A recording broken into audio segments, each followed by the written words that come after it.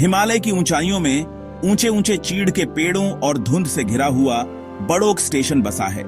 1 सदी पुराना इस स्टेशन ने अनगिनत यात्राओं को शुरू और खत्म होते देखा है, लेकिन स्थानीय लोग उन यात्राओं के बारे में फुसफुसाते हैं जो कभी पूरी नहीं हुई, खोई हुई आत्माओं और भटकती हुई रूहों की। वे एक त्रासदी, एक अधूरी प्रेम कहानी के बारे में बात करते थे जो हमेशा के लिए प्लेटफॉर्म 4 पर बनी रही। आती हुई ट्रेन की चीख खामोश पहाड़ों से गूंज उठी, रात के सन्नाटे को तोड़ती हुई। अमर ट्रेन से उतरा, उसका दिल जोर जोर से धड़क रहा था। हवा में नमी और चीड़ की सुइयों की खुशबू भरी हुई थी। प्लेटफॉर्म पर घना कोहरा छाया हुआ था, जिससे मंद रोशनी वाला स्टेशन धुंधला दिखाई दे रहा था। आखिरी यात्री जल्दी से चले गए, अमर को सुनसान प्लेटफॉर्म पर अकेला छोड़कर। वह कांप गया, ठंड से बचने के लिए अपनी जैकेट को कसकर खींच लिया। स्टेशन मास्टर, दयालु आंखों वाला एक दुबला पतला बूढ़ा, थके हुए मुस्कान के साथ उसका स्वागत करता है। किसी का इंतजार है साहिब? उसने पूछा। उसकी आवाज उम्र के साथ कर्कश थी। नहीं, अमर ने जवाब दिया, बस यूं ही। स्टेशन मास्टर उसे एक छोटे से वेटिंग रूम में ले गया, जिसकी दीवारों पर स्टेशन की पुरानी तस्वीरें लगी हुई थीं। अमर एक धूल भरी कुर्सी पर बैठ गया।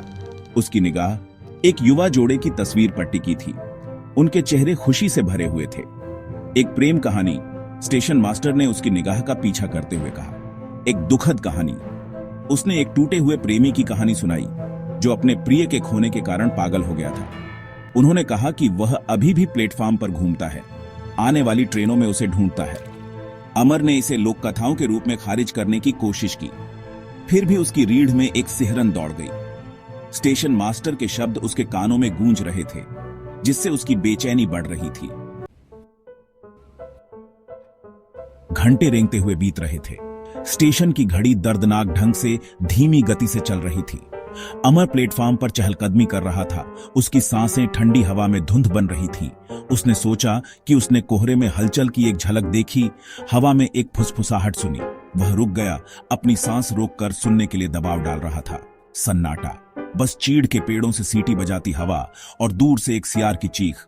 उसने अपनी कल्पना को बेकाबू होने देने के लिए खुद को डांटा। जैसे ही वह वेटिंग रूम की ओर मुड़ा, हवा के एक ठंडे झोंके ने प्लेटफॉर्म पर लगे लैंप को बुझा दिया, जिससे वह अंधेरे में डूब गया। वह अपने लाइटर के लिए टटोलने लगा। उसका दिल उसके कानों में धड़क रहा था। अंधेरे में एक जोड़ी चमकदार आंखें दिखाई दी, जो कोहरे को भेद रही थीं। अमर जम गया, उसका खून बर्फ में बदल गया। कोहरे से एक आकृति उभरी, उसका रूप अस्पष्ट था। उसके किनारे अंधेरे में धुंधले हो रहे थे। यह उसकी ओर सरकता हुआ आया, कुछ ही फीट की दूरी पर रुक गया। अमर उसकी ठंडी, अलौकिक उपस्थिति को महसूस कर सकता था। क्या तूने उसे देखा है? प्रेत ने फुसफुसाया। उसकी आवाज एक शोकाकुल आह थी। क्या तूने उसे देखा है? अमर पीछे हट गया। डर से उसका गला रुंध गया। वह बोल नहीं सकता था, सांस नहीं ले सकता था। वह फंस गया था, दहशत से लकवाग्रस्त हो गया था। आकृति करीब आ गई। अमर एक आदमी की धुंधली रूपरेखा बना सकता था, जो पुराने जमाने के कपड़े पहने हुए था। उसका चेहरा, हालांकि परछाइयों से ढका हुआ था, गहरे दुहक की अभिव्यक्ति रखता था। उसने मुझसे यहां मिलने का वादा किया था, भूत ने फुसफुसाते हुए कहा। उसकी आवाज लालसा से भरी हुई थी, लेकिन वह कभी नहीं आई। मैं उसे हर ट्रेन में ढूंढता हूं, लेकिन वह मुझसे खो गई है। भूत ने एक भूतिया हाथ बढ़ाया। उसके स्पर्श से अमर की रीढ़ में ठंडक दौड़ गई। मुझे उसे ढूंढने में मदद करो, उसने विनती की। मुझे अपने प्यार से मिलने में मदद करो। अमर भागना चाहता था, चीखना चाहता था, लेकिन उसने खुद को भूत की दलील से अजीब तरह से मजबूर पाया। वह एक त्रासदी, समय में जमी हुई एक प्रेम कहानी पर ठोकर खा गया था। अपना साहस जुटाकर अमर बोला। उसकी आवाज कांप रही थी। उसका नाम क्या था? सलोनी। भूत ने सांस ली। उसकी आंखें एक हल्की सी उम्मीद से झिलमिला रही थीं। उसका नाम सलोनी था। उसने उसे भूतिया विवरण में वर्णित किया। उसके लंबे काले बाल, उसकी चमकदार आंखें, लाल शॉल जो वह हमेशा पहनती थी।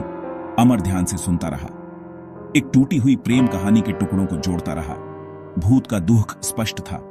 उसकी निराशा अमर की आत्मा को छू रही थी। जैसे ही भोर की पहली किरणें कोहरे से छेद कर निकली, भूत फीका पड़ने लगा। कृपया, उसने फुसफुसाया। उसकी आवाज मुश्किल से सुनाई दे रही थी। उसे ढूंढो, उसे बताना।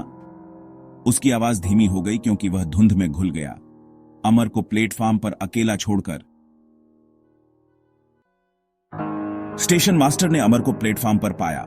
उसका चेहरा पीला पड़ गया था। उसकी आंखें दहशत और विस्मय के मिश्रण से चौड़ी थीं। उसने युवक को देखा। उसकी आंखों में एक जानकार नजर थी। तुमने उसे देखा है? उसने पूछने से ज्यादा कहा। अमर केवल सिर हिला सकता था। रात की घटनाएं अभी भी उसके दिमाग में ताजा थीं। स्टेशन मास्टर ने आह भरी उसकी निगाह युवा जोड़े की तस्वीर की ओर चली गई। उसका नाम विक्रम था, उसने कहा। उसकी आवाज उदासी से भारी थी।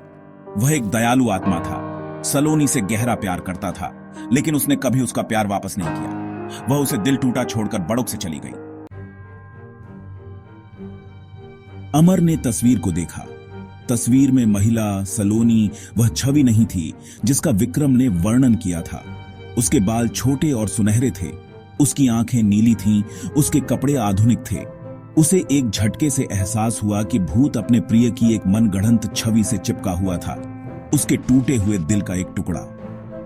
उसने सच्चाई को स्वीकार करने से इनकार कर दिया था, बजाय इसके कि वह अपनी बनाई हुई दुनिया में रहे। जैसे ही अमर उस ट्रेन में सवार हुआ जो उसे बड़ोग से दूर ले जाएगी, वह इस एहसास को दूर नहीं कर सका कि वह एक भूतिया स्टेशन से कहीं अधिक पीछे छोड़ रहा है। वह एक प्रेम कहानी को हमेशा के लिए समय में जमी हुई छोड़ रहा था। एक भूत हमेशा के लिए एक ऐसे प्यार की तलाश में था जो वास्तव में कभी अस्तित्व में नहीं था।